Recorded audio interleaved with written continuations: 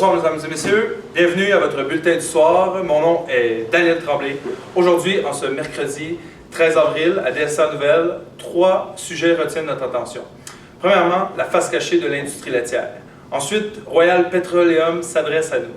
Puis finalement, on va parler à la famille Corbeil qui va nous partager ses saines habitudes de gestion de déchets domestiques.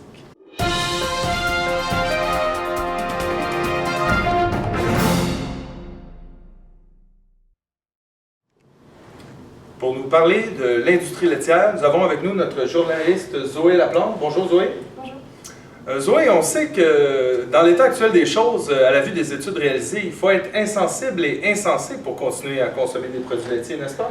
Oui, en effet, Daniel, ce qu'on nous vend comme un aliment indispensable à notre croissance et nécessaire pour nos besoins en calcium se révèle être une aberration, de même qu'un aliment mauvais, voire même dangereux pour notre santé, et dont la chaîne de fabrication est non seulement polluante, mais génératrice de souffrance. Et quels en sont les effets négatifs? On soulève parmi les effets négatifs pour la santé une corrélation entre la consommation de lait et certains cancers, dont le cancer du sein et le cancer de la prostate.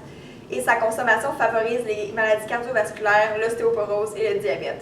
L'industrie pharmaceutique fait de plus la promotion du lait pour contrer certaines maladies comme l'ostéoporose, connaissant les effets nocifs de celui-ci. De plus, le lait contient des hormones, dont des hormones de croissance, des antibiotiques, des pesticides, des herbicides qu'ont mangé et reçu les vaches. La concentration de ceux-ci serait d'autant plus élevée dans le fromage et les yogourts, et on retrouve même un pourcentage élevé de pus provenant des blessures d'épis dans le lait. On sait d'autant plus que le traitement accordé aux vaches laitières est souvent pitoyable. En effet, les vaches produisent du lait pour les mêmes raisons que les humains, pour nourrir leurs petits. Or, aucune autre espèce animale ne consomme le lait après le sevrage. Mais des millions de vaches vivant dans les élevages sont contraintes à un cercle vicieux de grossesse continue, souvent par insémination artificielle, et elles doivent produire du lait pour la consommation humaine.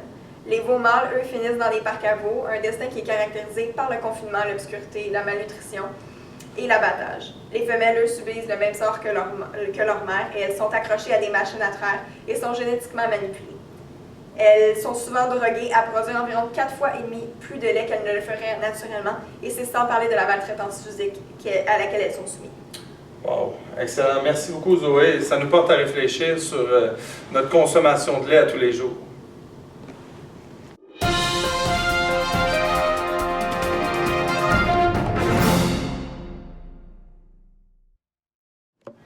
Aujourd'hui, à DSA Nouvelles, nous recevons un invité très important. Nous avons tous entendu les récents scandales dans les dernières semaines concernant la compagnie pétrolière Royal Petroleum et toutes les accusations auxquelles elle faisait face.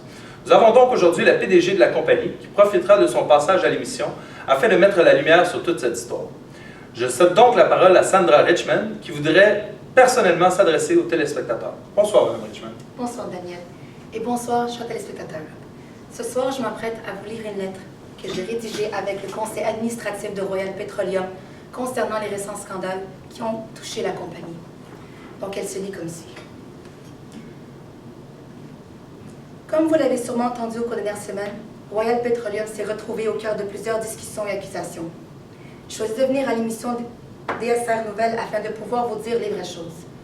Il y a quelques mois, un groupe de pression nommé les Éthiciens Moraux a filmé un documentaire choc sur une des usines de sous-traitance de produits dérivés de notre pétrole en Afrique du Sud, en montrant un conduit caché, souterrain, qui déversait les résidus de nos exploitations pétrolières dans une rivière avoisinante.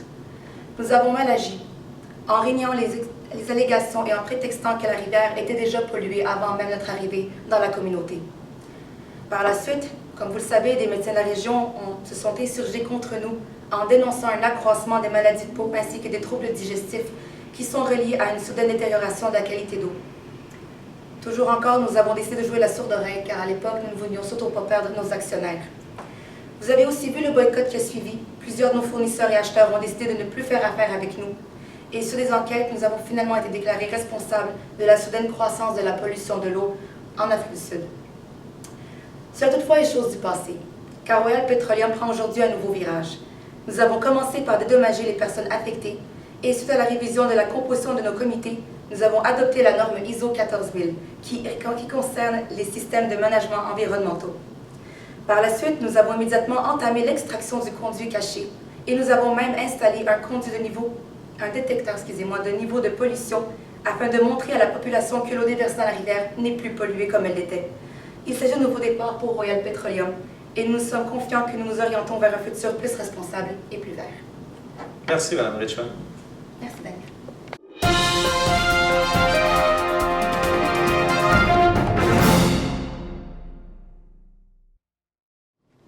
Allons maintenant retrouver notre journaliste Chantal Lacharité pour la bonne nouvelle DSR de la semaine.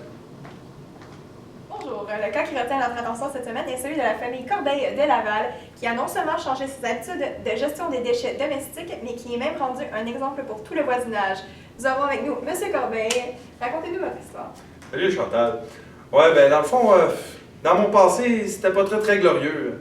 J'avais l'habitude d'aller dans le ruisseau à côté, jeter mes fonds de canne de peinture, mes aérosols, puis d'autres produits dangereux que j'avais chez moi. Et je me disais que, bon, c'est pas grave, je peux y aller quand je veux, les magasins ne sont pas ouverts tout le temps pour aller reporter les produits, puis que si jamais je me faisais pogner, ben, je paierais une petite amende, puis ça finirait là.